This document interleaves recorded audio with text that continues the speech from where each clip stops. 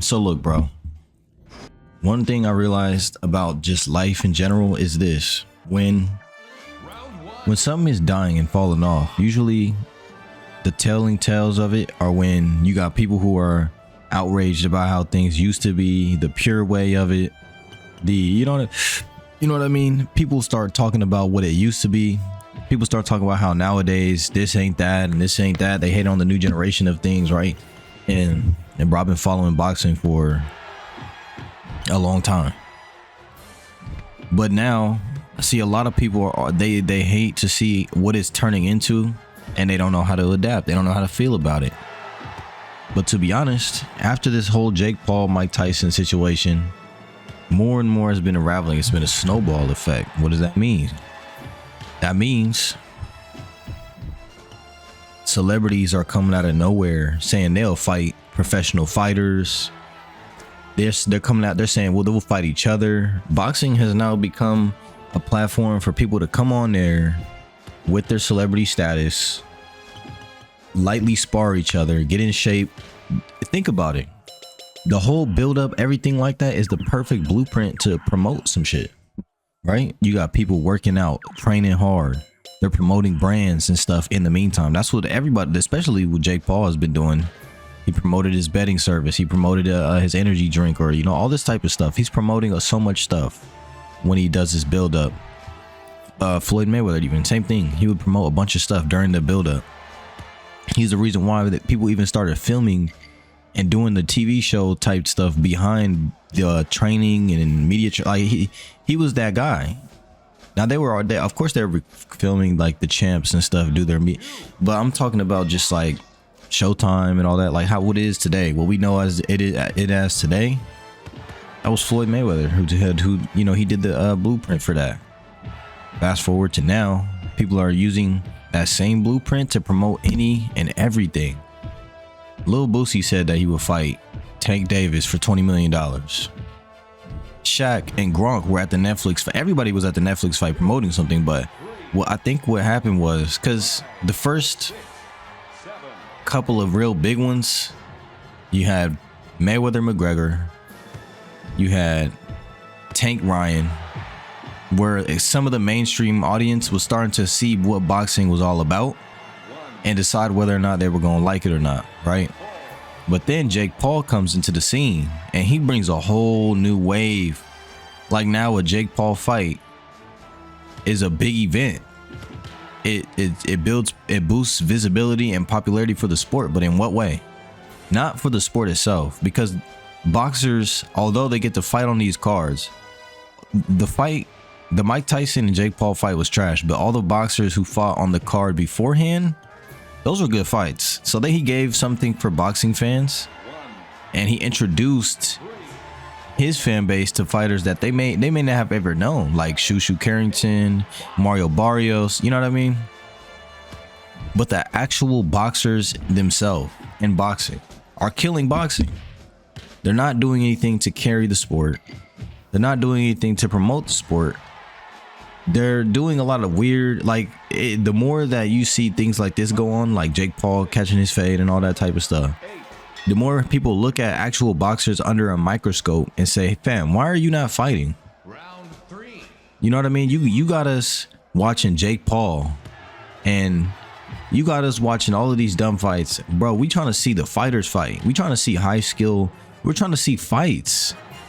People don't fight anymore. And instead they play dumb games. They get like I said, what I don't like about the Tank Davis machine, how Tank Davis is trying to pull what a Canelo did and skate out the back door without catching none of his fades. They've been, bro, the fights that have been on the table for him for so long that people actually want to see, that he's denied them of, are, you know, it's getting ridiculous now, because okay, he's saying he's fighting Lamar Roach. There's a rematch clause. Then after that, we're going to 140 to fight Ryo. You should be going to 140 to fight. You already know you already know what I'm going to say. You should be going to 140 to fight Devin Haney, not Ryo. Nobody worried about Look, Ryo, I rock with Ryo, but if he fights any of the elite guys, he's not going to keep his belt. So why are you in reality? He should be fighting and trying to defend his belt against another 140 pounder. But if you're gonna move up to 140 to catch a fade, it should be against Devin Haney, bro. But see, these are things that people are saying that has boxing fans kind of bitter, and it's hard to accept this kooky character that's Jake Paul is carrying the sport. This is what makes Floyd Mayweather such a great businessman, have such great foresight. It's because he's seen Jake Paul and was like, we're gonna do something with you. This is a long time ago. This was a long time ago where I remember when Jake Paul posted a picture with the TMT hat next to Floyd Mayweather. I think it was when Logan Paul and him were gonna fight. And then they were talking and doing little videos and stuff like that. And he was saying, yeah, I'm gonna do something with you. You know what I mean? It was written that this was gonna be the future of the sport. There had to be some, because I think Floyd understood boxing was falling off as well, and there needed to be a catalyst. There needed to be a kick. There needed to be one, and that it has been Jake Paul. And he's been using the future of boxing could be this, and this is what's fucked up, because very few, like, okay, to be honest, Devin Haney and David Benavidez are the only two pure like boxers in the sport who put on fights people want to see, challenge themselves, and they make the fights entertaining. They have such a high level of skill that you can tune in and learn something from the fights. There's a whole bunch of elements. And then on top of that, you know what I mean? David Benavidez, he's not necessarily a flashy guy, but he's the people's champ. People like him. Devin Haney, the way he moves and stuff like that is something that, you know, younger guys can look up to and that older guys can respect. And how he, even with him and Amari Jones, how they go about doing their business, it's commendable. It's commendable. But aside from them, when they put on their fights, because they shut down when they put their fights on, for sure. You know what I mean? They shut the city down. Jake, the future of boxing for everybody else is you haven't made it until you get onto a Jake Paul card. I think that might be how he's trying to play it, where he's top dog. Because I mean, bro, the fight did 60 million households, $180 million gate. That's crazy money. That's the most money in probably in combat sports history that we've seen. Him and Floyd Mayweather are probably the closest to one another. You know what I mean? But it's gonna come to the point to where it's like, man, are we gonna get a Jake Paul card and have a Tank Davis co-main eventing with this dude? Like, what are we talking about? He's getting into boxing in a way where he's gonna be a fighter / promoter. His fights are gonna be used as promotion, like for other fighters, for big name fighters.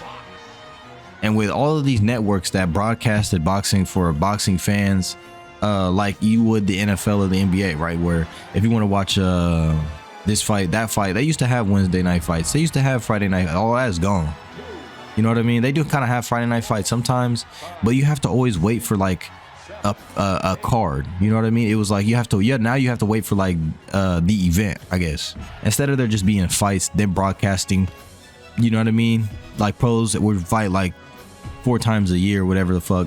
They would get on Fox, they would get on ESPN, and they would just fight, you know, Wednesday night, and then they would work their way up to the Saturday night, getting onto the card, and it was a building now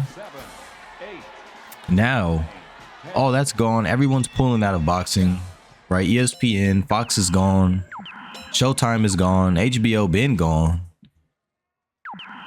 Amazon is really just for Tank Davis. I mean, yeah, they got fighters, it's PBC, but I mean, the biggest fighter they signed was Tank Davis. You know what I mean? So it's the Tank Davis show over there. Now Netflix is kind of but you know, they only put on big events, so we're gonna have to wait and wait and wait, and to fill in that void of, you know, it may be people just using the sport and perverting the sport in exhibitions just to promote whatever it is. But that's the only way we could see a fight. and they'll have a cards where then they have actual boxers on the cards, and that's disrespectful to the people who really do this shit. But they put themselves in that predicament by looking up to and championing people who don't fight, who say, oh, you know what, y'all don't have to fight. Nah, you can do whatever you want. You don't gotta fight him. You don't have to fight them. Y'all are so afraid of seeing your favorite fighters lose. Now you ruin the sport because you don't want to see anybody fight each other. So you justify nonsensical fights, and then when people call each other out, you say that he's clout chasing. There's pages that are dedicated to hating on fighters, hating on Devin Haney, hating on, you know what I mean, Shakur Stevenson. Like, the people who are actually good at this shit, what y'all tactic is to make fun of them for being good at the sport and say that, oh, y'all are this, y'all are that. Meanwhile, bro, these niggas be out of shape, can't fight, hidden behind whatever. These are not real people, but they're here, so we have to deal with them. You dig what I'm saying? So the fighters now, these pages are trying to become a part of the fighters' legacy. People are trying to taint history and allow tomfoolery, and it's honestly ruining the sport. Y'all are about to talk yourselves out of a job. Trust. And if you aren't big enough, and now it's gonna be so difficult to get on in this game if you aren't already famous or something like that. Like, y'all are basically moving the buy-in price way up. Now you're not gonna get paid unless you're a Lil Boogie or a Jake Paul. Now y'all ain't gonna get no money unless you are popping enough to get onto one of these cards. Now look, y'all boys gonna be in a predicament where y'all are gonna be fighting for hardly any viewership on YouTube, because that's where, like I had to watch Lamar Roach's fights on YouTube live streams that didn't have that many viewers in a gym. That's how y'all are gonna be. And then now he's fighting Tank Davis. That's literally what y'all are doing to the sport. Y'all are gonna be on YouTube soon, fighting for 200 viewers.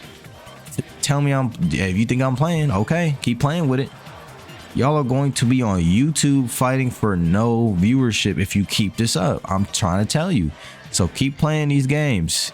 Them boys, the celebrities, are lightly sparring each other for our amusement, and they're promoting their ass off. And now networks are like, man, there's no money in these dudes. They don't want to fight. Tiafimo don't want to fight nobody. I'm losing money with him. When Bud retires, man, it's gonna be hard. It's gonna be hard when Bud, Tank, David Benavidez. What are the young guys gonna do? It's gonna be tough. They're gonna be having to build their own. Like, it's gonna be, y'all gonna be fighting on YouTube soon, bro. Y'all keep playing, because once these networks pull out, the landscape's gonna look a little different. That, or y'all gonna have to submit to Turkey. And yes, it's all good right now. He's offering the bag, but that's to people who, you know what I mean, can go get it. Now, if you are just now getting into the sport, if you're just now getting into the game and you're looking at the landscape and you're trying to make a pathway for your future, your options are kind of bleak. I'll tell you that right now. So all you have now is, you could be someone who broadcasts their fights on YouTube, invest in himself. Basically, you could trailblaze that way. So YouTube, Twitch, you broadcast your fades. Next thing you know, shoot, some of these man, you might end up signing Aiden Ross on Kick and having broadcast your fights. You never know what the future gonna be. You know what I mean? That, or you get the terrible end of the stick through, for the most part, poor matchmaking, or you got to go through the long process of building yourself as a fighter on what's left of ESPN or DAZN or whatever. Good luck getting on Amazon. Good luck getting on, you know what I mean? Or you're gonna have to submit to Turkey and come out the gate fighting for your life, because he don't play. He does not play. You dig what I'm saying? If he's gonna give you the money, you gotta really fight for your life. Or you're just gonna have to keep fighting and hope one day Jake Paul, Lil Boosie, one of these celebrities call your phone and say, hey man, you want to be on my card? The future's looking bleak, bro. Leave your thoughts in the comment section. I'm gone.